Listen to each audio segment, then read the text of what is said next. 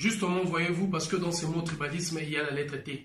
Et la lettre T nous renvoie au terrorisme culturel. Beaucoup furent terrorisés parce qu'ils appartenaient à une tribu autre que la tribu qui détenait le pouvoir, ou à une tribu autre que la tribu qui détenait le commerce, ou je dirais tout le voie qui mène à la richesse ou à la prospérité économique, comme par exemple en Mauritanie.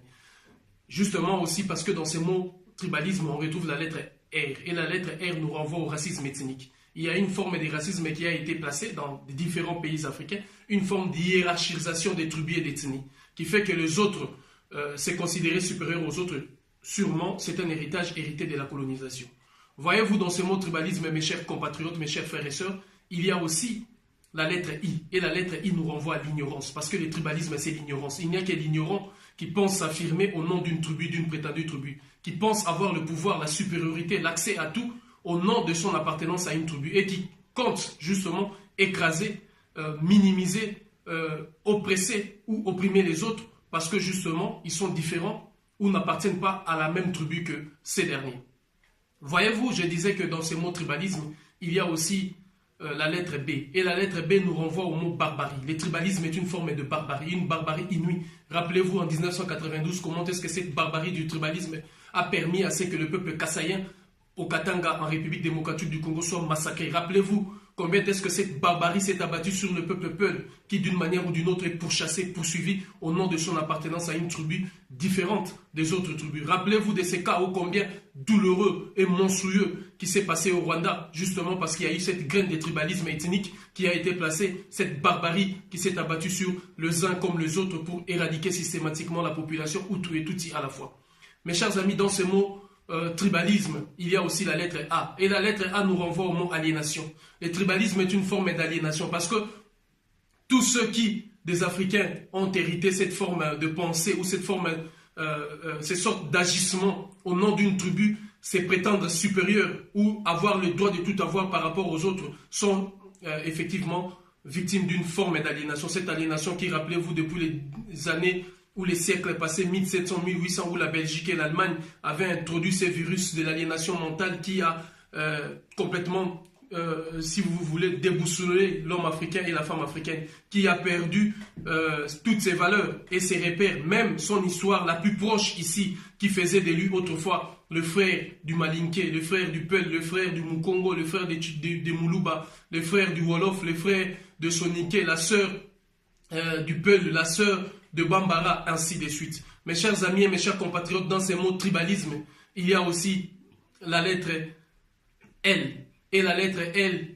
nous renvoie aujourd'hui à la lobotomisation. Une lobotomisation dont nous avions été victimes parce que le tribalisme est la conséquence d'une véritable lobotomisation qui a été opérée sur la femme et l'homme africain. Alors j'en appelle à vous, la femme africaine, de nous dire exactement: est-ce la naissance de l'homme Soninké? Est-ce la naissance de l'homme Mukongo? Est-ce la naissance de l'homme Peul? Est-ce la naissance de l'homme Bambara? Est-il différent les uns des autres? Vous qui portez ces grossesses et qui savez mettre au monde ces enfants. Alors dans ce mot tribalisme, je disais, il y a encore la lettre I qui revient.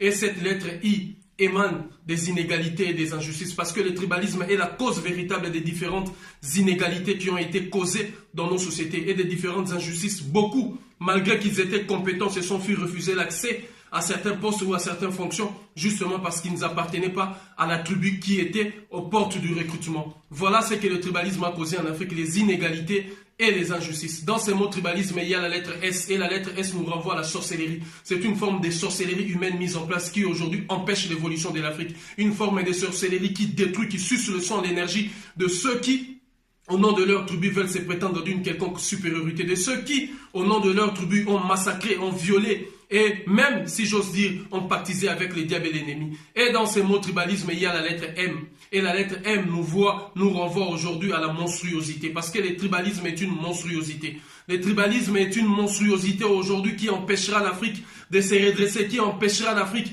afin, si vous voulez, d'avoir son visage et son plus beau visage humain. Parce que le tribalisme a rendu l'homme africain égoïste, a rendu l'homme africain inhumain, a rendu l'homme africain brutal et violent. Et dans ces mots tribalisme, je disais qu'il y a la lettre E. Et la lettre E nous renvoie à l'échec. L'échec actuel de l'Afrique, c'est la cause du tribalisme.